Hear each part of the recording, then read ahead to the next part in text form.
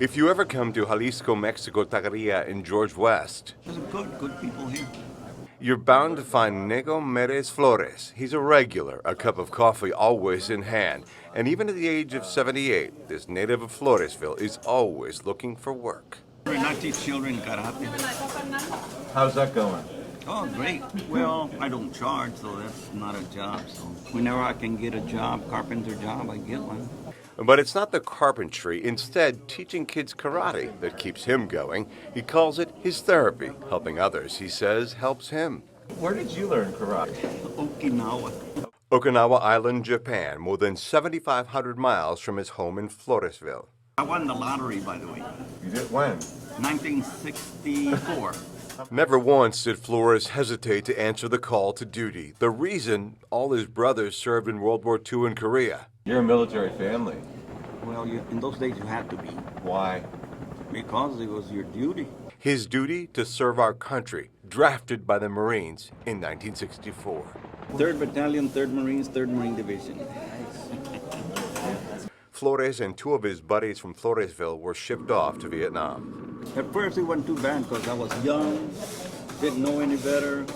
I had no responsibilities. But then, that one memory comes flooding back, getting off the ship onto a little boat, and then Hitting the water and mortars blowing up. While we were still on the little boat, you could hear bullets go bing, like that.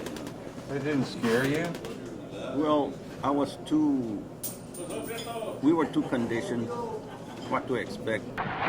Flores may have been there and survived the horrors, but he remembers very little. I know I was there and it's in writing and, records, but I remember hardly nothing.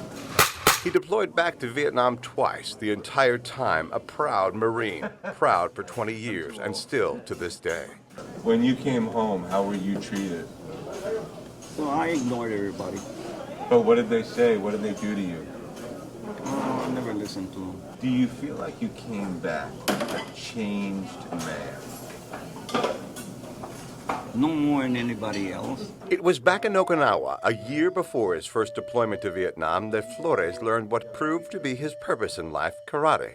These days, if he's not at Jalisco, Mexico, Taqueria, you can find him a few blocks down the street at his dojo, right next to his home. This here, this is equipment we use, and we go full contact. Well, everything has its place, and when the kids come and they just put everything away. What is it that you feel that you instill in these kids who come here? Self-discipline.